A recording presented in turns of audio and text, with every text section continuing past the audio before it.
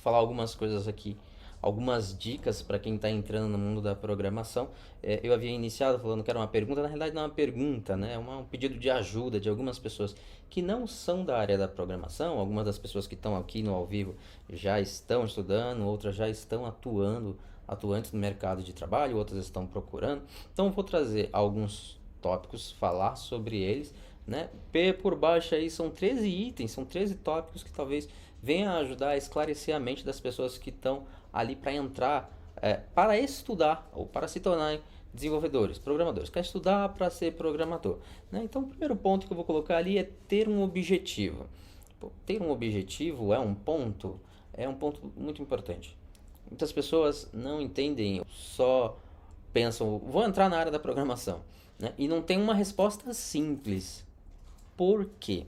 Por que que você quer entrar na área da programação? Por que que você quer se tornar um desenvolvedor, um programador? Toda vez que eu falar programador ou desenvolvedor, basicamente estou falando a mesma coisa. Então, por que que você quer ser um programador? Essa resposta é pessoal. Então, se você achar essa resposta, é muito importante. Por que que estou falando isso? Porque no meio do caminho você vai ter muitos problemas, muitas dificuldades. É normal e é natural. Se você não tem um motivo forte para estudar a programação, muitas vezes eu falo assim, programação é chata. Em um dado momento você vai entender isso que eu quero dizer. Precisa gostar de programação para você se dedicar ao necessário para você se tornar um programador, um desenvolvedor, ou se não, simplesmente você vai ser uma daquelas pessoas que talvez compre um curso e vai ali, gasta 3 semanas. Normalmente é isso que as pessoas fazem. Eu vou estudar, eu vou estudar. Então ele começa a primeira semana à torta e à direita estudando de tudo. A segunda semana se mantém, na terceira semana ele começa a falhar, na quarta semana ele está cansado. Então, antes de qualquer coisa, antes da decisão a ser tomada, responda para você mesmo os reais motivos. Não importa se talvez o motivo seja eu quero ganhar mais dinheiro, porque o programador, a área da programação, a área de desenvolvimento, é uma área que gera muito dinheiro e tem muitas oportunidades dentro e fora do país. Mas se a questão é essa, não tem problema nenhum. Só tenha isso em mente de forma muito clara. Cara, o segundo ponto que eu coloquei aqui é para você escolher uma linguagem de programação. Escolher uma linguagem de programação para quem segue aqui o canal, segue qualquer uma das minhas redes sociais, sabe que eu sou entusiasta da linguagem de C Sharp, ou seja, atuante, muito atuante dentro do .NET, onde a gente mexe com ASP.NET, aplicações mobile, aplicações em API, aplicações de todos os gêneros, até porque o C Sharp é a linguagem master da Microsoft, quando a gente quer dizer, quando vem relacionado a line of business, né, a linha de negócios, né? Essa é uma linguagem muito utilizada dentro das grandes empresas e das pequenas também. Então isso abre um leque não só de oportunidades de mercado, como também de oportunidades de coisas que você queira fazer, pelo simples fato de conhecer a linguagem C Sharp. Mas para isso a gente entra no terceiro ponto, que é para você começar a aprender a programação, mas antes você tem que focar na lógica da programação. Por exemplo, por mais que eu tenha falado do C Sharp, existem muitas outras linguagens. E cada linguagem ela tem forma de você escrever os seus códigos. Então, se você parar para analisar, talvez já tenha escutado falar sobre orientação a objeto. E a orientação a objeto é uma forma de você desenvolver as suas aplicações, a forma de você escrever os seus códigos e como você vai interagir com ele. E isso é muito ligado à nossa lógica de programação. Porque se você estiver escrevendo código numa linguagem funcional, a forma de você interagir com o seu código vai ser diferente quando você está atuando com linguagens com um paradigma de orientação a objeto. Então, o que eu quero passar é que quando você olhar para lógica de programação, tem muito a ver também com a linguagem que você está escolhendo. Talvez você vai escutar assim, ó, mas lógica de programação não tem nada a ver com uma linguagem de programação, porque a lógica de programação, basicamente, quando você entende o conceito de lógica de programação generalizada, você consegue atuar com todas as linguagens de programação. Isso é uma verdade até a página 4, porque, obviamente, cada linguagem de programação tem um aspecto de forma de trabalhar com as suas informações, com como ela trata informação na memória e assim por diante.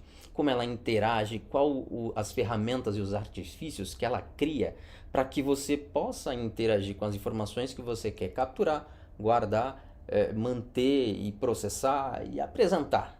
Por mais que a maioria das mais conhecidas, elas até tenham ali uma forma muito parecida. Se você conhece Java, você não vai ter dificuldades para uma migração para o C Sharp, para o JavaScript, para o Dart.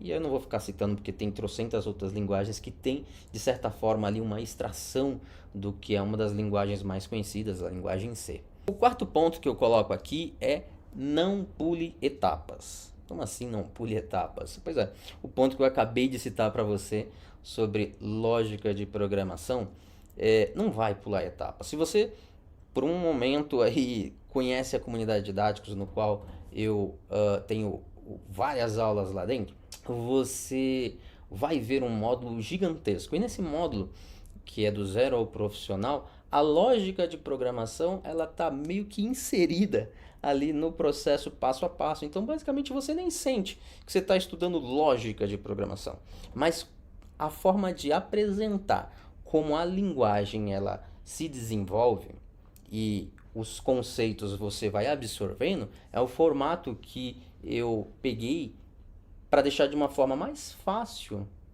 a lógica em si. Há muito tempo atrás, para a gente estudar lógica de programação, nós tínhamos que fazer com lápis e papel.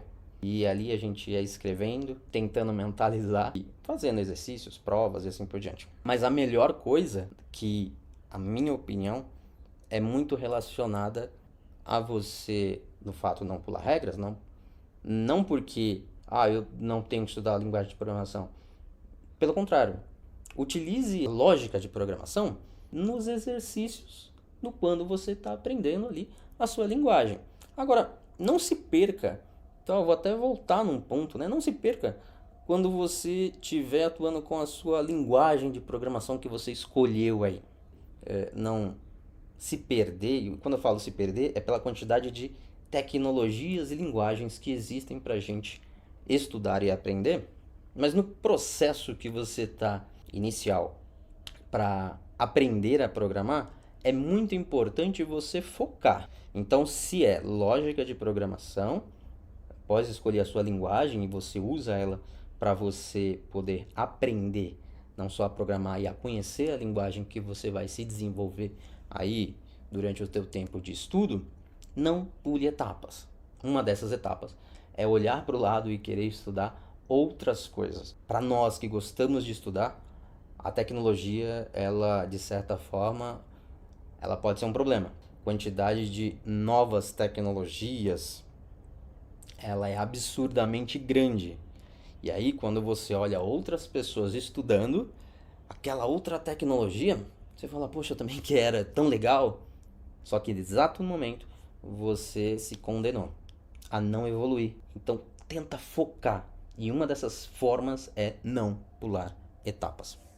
Por essas e outras, cria uma regra para você. E essa é o quinto ponto que eu trago aqui. Crie uma regra. Sim, como assim? Regra de estudo mesmo. Lembra que eu falei no início que muitas vezes as pessoas, elas pegam e iniciam seus estudos. E ela inicia o estudo a 1000 por hora. Então ela pega, em vez de estudar 2 horas por dia, ou uma, ou só tem uma regularidade. Né? Mas eu não vou falar aqui quantas horas você deve estudar. Mas as pessoas que não focam a manter uma periodicidade de estudo ou uma regularidade no estudo e no tempo, ela vai com muita sede ao pote e nos primeiros percalços ela perde força, ela perde ali aquele ímpeto de querer aprender. Então, uma das coisas que eu recomendo é você criar regras, por exemplo, e mantê-los. Imagine que, como existe muito mais facilidade hoje de você estudar programação aí da sua casa, no horário que você quer, pense que você está saindo de casa para ir fazer aquele cursinho lá naquele lugar que você ia 2 vezes na semana ou talvez 3 num determinado horário. Hoje em dia é muito mais fácil de qualquer lugar e de qualquer ambiente você poder estudar. Mas, pensando assim, separe hora e dia para o seu estudo, tá? É muito importante você criar regras para que você tenha o tempo real e necessário dedicado para estudar, aonde você desliga o celular, ou coloca no modo avião, ou faz alguma coisa para que você não perca o seu foco enquanto estiver estudando. Não tenha as facilidades de ficar distraído de alguma forma, né? Também muitas vezes os jogos instalados no computador pode talvez tirar aí o seu foco. Então, mais uma vez, tenha ali os seus horários, tempo, prazo, vai estudar, coloca ali o alarme talvez, ó, vou estudar até o alarme tocar, né? Então 1 hora, 2 horas, não importa. Só que faça isso com uma regularidade, tenha ali os seus dias da semana, os seus horários, para que você não se perca. Outra coisa que eu trouxe para cá é muito relacionado o sexto ponto no caso, a não criar os maus hábitos. Eu já falei de muitos deles aqui, né? O fato de se distrair, o fato de você pode se distrair com telefones, com pessoas, né, chamando, talvez os horários, às vezes se você não é uma pessoa que consegue focar determinados horários de estudo, não é o ideal, talvez muito tarde da noite, que talvez vai te dar sono, quando o assunto tiver difícil de entrar na sua cabeça. Mas tem um outro ponto que eu queria colocar relacionado aos maus hábitos. Um deles, aliás, eu já citei esses e vou citar outros que também já citei anteriormente, que é o fato de estudar coisas que não estão na sua trilha. Então, se você aí separou uma trilha específica para estudar, foque nela, chegue até o final dela, porque toda vez que você para no meio de um módulo, no meio das aulas, ainda faltam alguns para você terminar um determinado módulo e vai olhar ou estudar outra tecnologia ou outra linguagem ou se envolver com outro conteúdo, que é também, no caso, um estudo, e é até bom você ter mais coisas para estudar, mas quando é relacionado a você absorver conhecimento técnico, o que acontece? É muito importante, e nesse caso seria triste, você perder o foco. E eu volto nesse assunto do perder o foco porque nós programadores normalmente estamos trabalhando com diversos projetos. Diversos projetos. E quando a gente para um projeto, no meio do dia às vezes consegue, ó, parou um projeto para atender um sistema que está com uma dificuldade, e aí você demora um tempo ali resolvendo. E aí você retorna para continuar aquela atividade que você estava realizando, terminar uma nova feature e algo do gênero, demora até um tanto para você voltar a ter aquela concentração, é você entender e lembrar exatamente o que precisa ser feito e assim por diante. Óbvio que com o decorrer da experiência adquirida, isso fica cada vez menor. Só que isso é improdutivo, não só para as pessoas que trabalham, mas também para as que estão estudando, iniciando os seus estudos de programação. O item 7 é você praticar. Sim, praticar. Muito bom você ler, né? Eu tenho e gosto muito de ler, estudar na linguagem da programação. Existe um cara chamado Specification Language.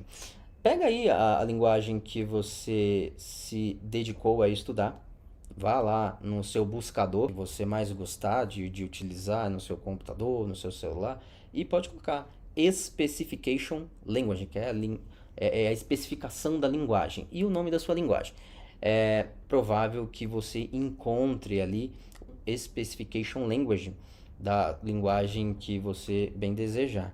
E ali basicamente tem a documentação direta, simples, na sua maioria na língua inglesa. Sua maioria, eu não posso dizer que todas são. E nesse quesito, é legal você bater o olho e estudar, ver o que contém, ver o que tem, mas Lembre-se que esse ponto 7 eu iniciei falando que o termo dele é praticar.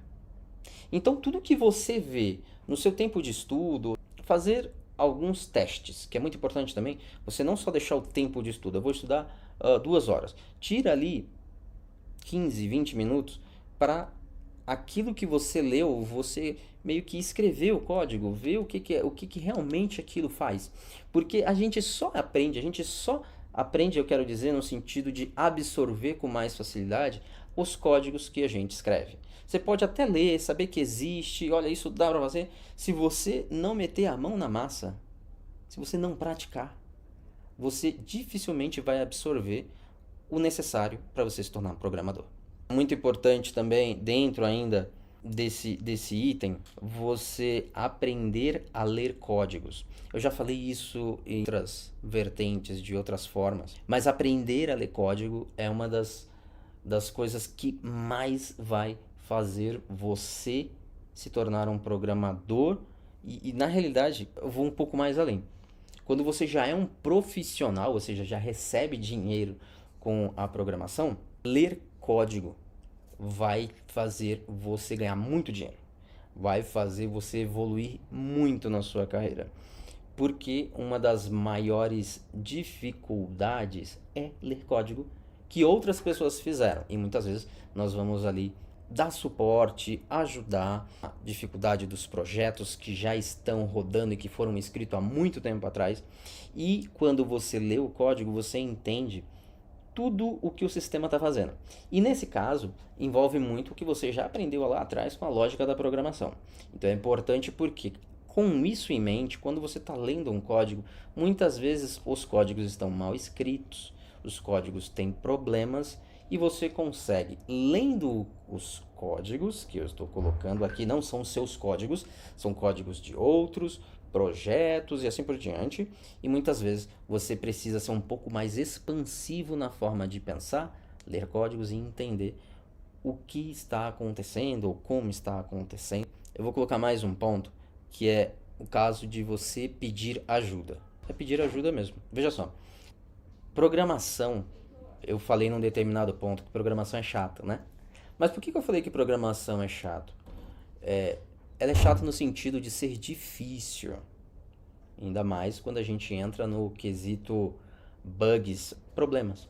Eu acredito que mais uma das evoluções que um programador ele possa ter, você está subindo ali o seu nível profissional de desenvolvimento, de programação, é quando você começa a ter problemas e resolve esses problemas. Então, por essas e outras, né, todos aqueles passos anteriores que eu venho colocando são importantes. Porque se você começa a ter problemas e esses problemas mexe com todo mundo, tá? Todo mundo que começa na programação fica desanimado, fica mal, dorme mal, fica emburrado, fica estressado e tudo isso é devido a bugs. No seu geral, é óbvio que não é só por isso, mas no mundo da programação o maior dos problemas é isso, porque você está gastando, entre aspas, tempo para desenvolver atividades, muitas vezes delas nem foram você que criou. Só que o que acontece? Com esses determinados problemas ali na sua frente, ou os bugs, como eu citei, isso faz com que você fique um tanto quanto desanimado. Você tem dois pontos. Um, pedir ajuda, como já dito, e é importante você sempre pedir ajuda de pessoas e profissionais com mais experiência ou que conheçam mais no determinado processo. Se você está no tempo de estudo, opa, pergunte ao professor, né? Então, se você está aí num curso que você não pode perguntar ao professor ou ele está demorando demais, mas pergunte a amigos. Pergunta, mas não deixe de procurar. E aí você vai ter aí no Google alguns lugares onde você pode procurar conhecidos do mundo da programação, Stack Overflow, uns outros blogs que tendem a trazer as respostas. 98% das vezes os problemas que você passa, ele está destacado do que se trata no erro que ele estoura na sua cara. E muitas vezes as pessoas começam a ter erro e aí ficam com medo. Você tem a dificuldade de ler em inglês, copia, coloca no tradutor e entenda do que se trata.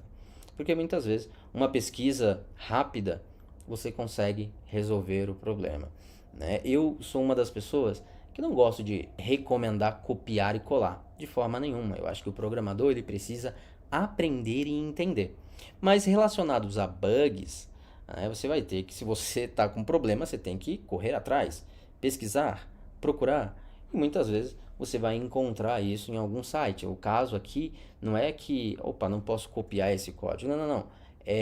Saiba do que se trata, leia o que você está passando, porque depois de passar por um problema e corrigi-lo, quando esse problema ocorrer novamente, você já vai saber como resolvê-lo. Talvez você possa até recorrer a um projeto que você mesmo já tenha resolvido. Falou, opa, eu já fiz esse código em algum lugar. Deixa eu dar uma olhada. Vai lá, copia e traz.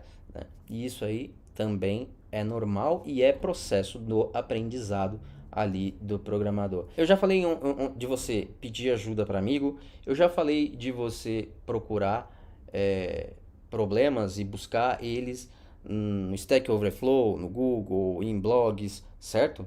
Mas coloca aí também, não no caso de bugs, mas no caso de aprendizado. Coloque também 2 pontos. Eventos.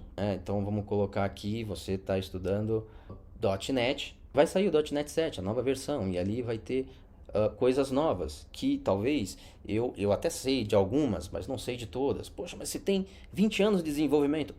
Mas você que tem pouquíssimos anos de desenvolvimento, de estudo, de profissional, não tem problema nenhum. Você também pode agora receber as mesmas orientações e informações que eu vou receber de novidades da programação. Isso, as próprias empresas, elas criam eventos gratuitos para que você possa estar antenado. Por exemplo, nós aqui da comunidade didáticos, de forma gratuita, nós temos o Meetup.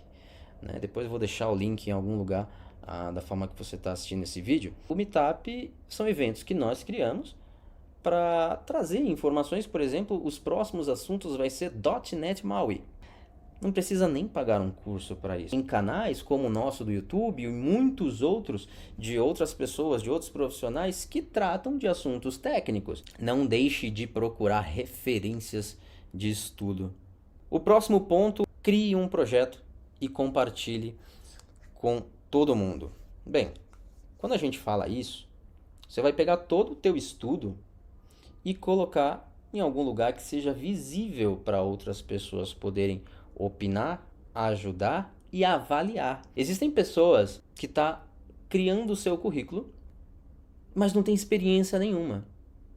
Uma das coisas que eu recomendo é coloca os projetos, as tecnologias e os seus projetos que você fez lá no GitHub, pega os links do teu projeto, deixa ele público para que aqueles que vão avaliar o seu currículo possam avaliar também o seu conhecimento, mesmo não tendo experiência técnica. Isso é muito importante para que eles possam avaliar, ver, e você mesmo possa não só se avaliar, mas se colocar à disposição dos outros e você ficar aberto a ideias, novidades, técnicas. Um desenvolvedor, ele nunca para de estudar. E outro ponto que eu vou colocar é não desanimar. Empecilhos, problemas, bugs vão te desanimar, mas você não pode deixar a peteca cair.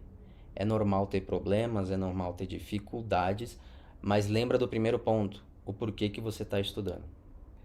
E para finalizar, o último ponto é goste do que você faz. E isso tem muito a ver com talvez a escolha da tecnologia, a escolha da linguagem que você escolheu ali para aprender. Porque pense bem, estudar uma linguagem chata, você começa e você não entende, e é tão chato escrever daquela forma. Acredite, o que não faltam são linguagens diferentes, tecnologias. Talvez você não goste de desenvolver aplicativos para celular, fazer aplicativos para web, sites, APIs. Talvez você não goste disso. Vai estudar criações de bancos de dados. Talvez você não goste disso. Vai estudar desenvolvimento para Windows, para Mac.